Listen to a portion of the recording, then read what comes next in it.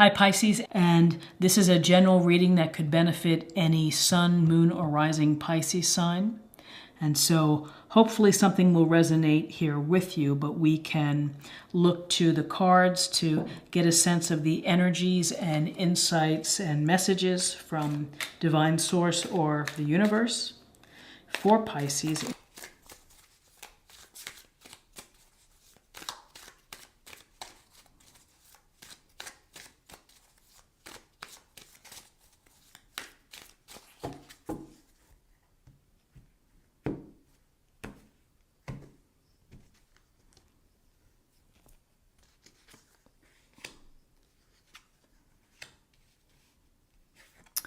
Okay, so we have the Knight of Pentacles to begin as an awareness of the week.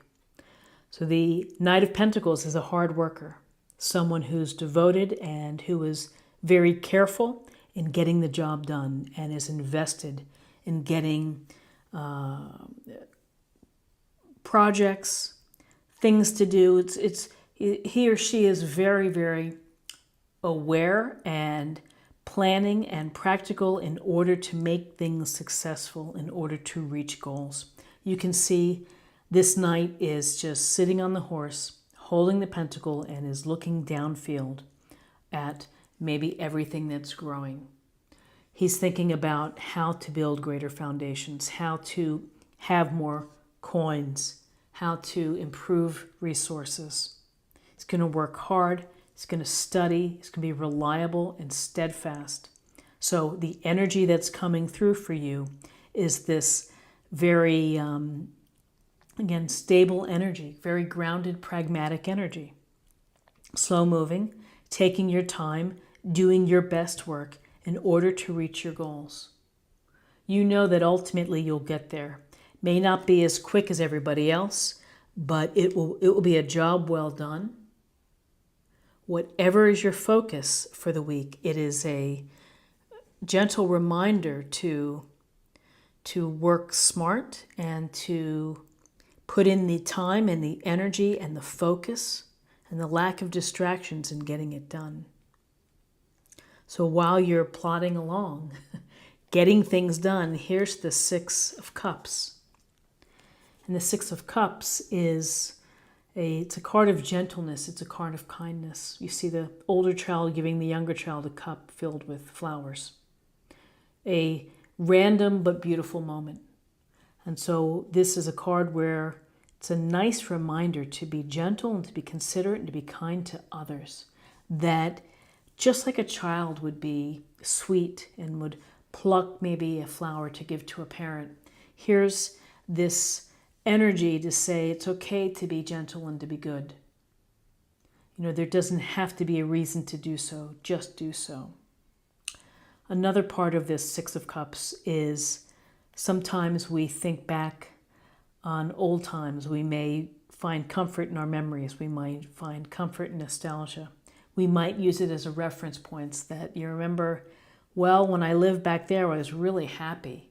What am I missing now that I had then? So you can use it to inform yourself and to give yourself information. And it could also suggest that maybe you're meeting up with someone from your past.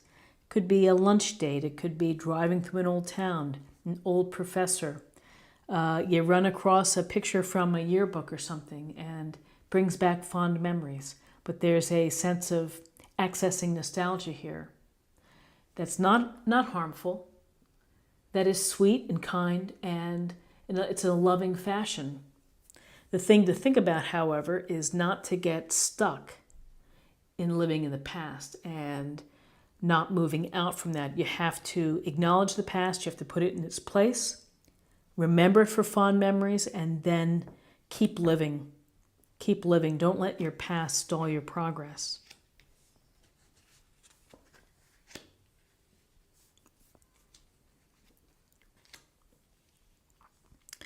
Okay, so interestingly, the Knight of Pentacles, here we get to the King of Pentacles. And the King of Pentacles is the master of his material world. He has built a world of comfort, of fine things. He's a hard worker. He's fair, just, kind, smart, particularly smart when it comes to keeping a dollar and growing a dollar, and taking care of property. So this is a focus for you, perhaps on your finances, on your career, on things related to income, investments. Maybe it's a good week to touch base with your advisors. Maybe it's a good week to look at your budget, see how you can work on things. But the King of Pentacles is someone who is successful when it comes to money and business, just generally speaking. He knows how to make it work. And he enjoys what he has. He has a lot. He's kind of smothered in grapes and greenery here. And his pentacle. So he has a fine life and appreciates the comfort. Maybe you're doing something to improve the comfort of your house. For some, maybe it's getting a music system or something to bring beauty and comfort or joy within your environment where you live. And then in terms of guidance, we have the Two of Wands. And in the Two of Wands, we see this finely dressed man. He's holding the world in his hands. And that's really such a powerful thing, to have the world in your hand and you're thinking, well, now what will I do? What am I going to pursue next? What path am I going to take? You can see the two wands here almost creating like a doorway or a portal. He's looking out over the vista and he's envisioning the next plan, the next piece, the next path. So with twos, we're often faced with decisions to make. He may have to think about if this plan affects the people that he loves, if it affects where he lives, if it's going to take him out of his typical environment.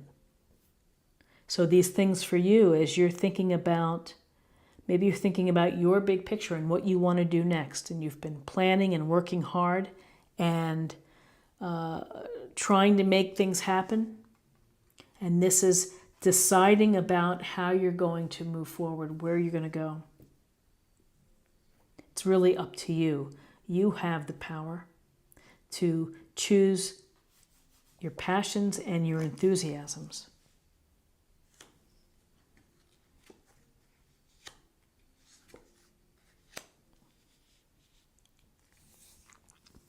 So we have two major arcana cards. I pack a powerful wallop here, the Star. This is a card of really the balance between the spiritual self and the physical self. And you can see pouring the water here on land and within the pond. This woman is without her clothes. And this suggests that you're comfortable with who you are and where you are, and that you're open and that you're okay with being vulnerable. And that's a big part of growth as a person, is to be comfortable in your own shoes. The Star also literally looks to the stars and to the universe for guidance and follows the stars. The stars inspire us. They make us feel good. And so the Star here comes in to tell you that even after tough times, to not lose faith, to have optimism and belief in the future that everything's going to turn out okay. You have to believe. This is really a card of mindset. It's less of doing things, but it's always a nice idea to rest, to meditate, to think about what's going on in your life, and to believe that the universe has got your back and that they're looking out for you. To follow the stars, to trust the process, and therefore trust yourself. So right next to the Star is the Devil. You have some more people without their clothes, and this is making a mockery really of the Lover's card. This is chain. This could be oppression. These are the things the devil does to us. He tries to get in our way. He tries to pull us down. He tries to introduce negativity and doubt, and is okay with suffering. So, the devil represents the things that we do that limit our progress, that keep us in a place where maybe we're not quite as successful or true to ourselves as we can be. And so the devil whispers in your ear, don't do that. Stop working so hard and just do something else, go drink a few beers. Whatever it may be, the devil can represent substance abuse, sexual proclivities, all kind of things.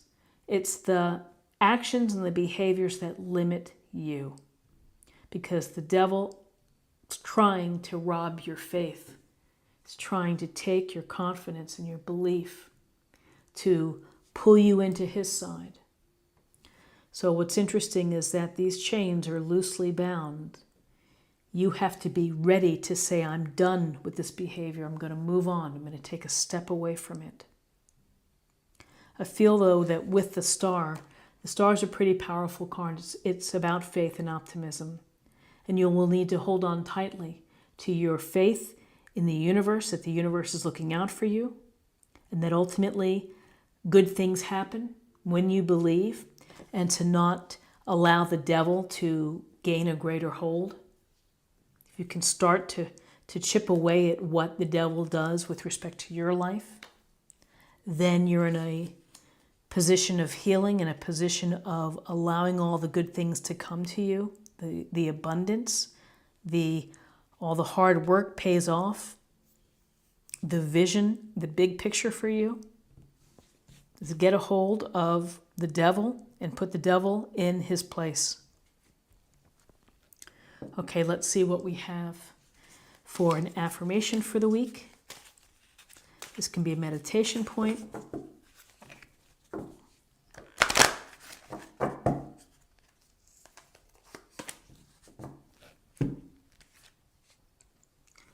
The Desert Prince, survival, false promises.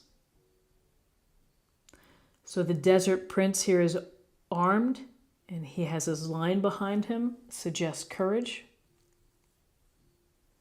suggests that he will do what it takes to survive. Very interesting. Do what it takes to survive, to heal, to believe. And then the shadow side, the false promises. The false promises to me is what the devil's whispering in your ear. That represents false promises. So now let's see what we have in terms of spirit or emotional self.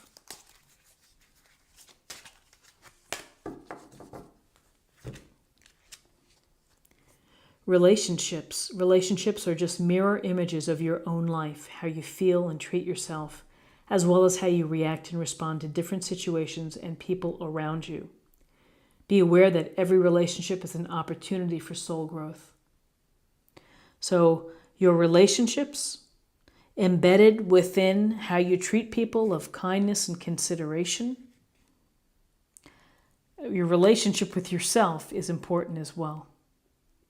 When you feel good about yourself, then it flows, the positive energy flows. But if you feel, that you have some things to work on, then it can manifest itself in ways that maybe people might sense it, that you're in a challenging place.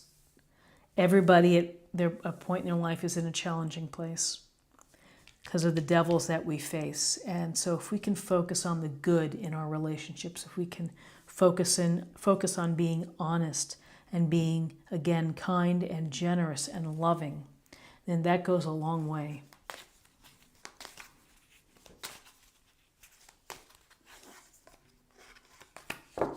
This is a card for love. Let's see what we have for love. Ownership. You acknowledge your misdeeds and accomplishments alike and learn to love them as all as lessons. So it really is a sense of you're in charge of you, and whatever you do, you have to own it. And, there's no getting around it. And to play the blame game, it doesn't serve. If you are confident in what you do, stand up for all the good things, and then, whoops, we all make mistakes. Acknowledge it and let it go. You know, we learn from mistakes. We learn from things that we wish we hadn't done. This is what I have for you for the week, and I hope that you found something helpful here with this reading. If you did, please subscribe, like, share, or comment. I hope you have a fantastic week, and I look forward to seeing you next week. Take care. Bye-bye.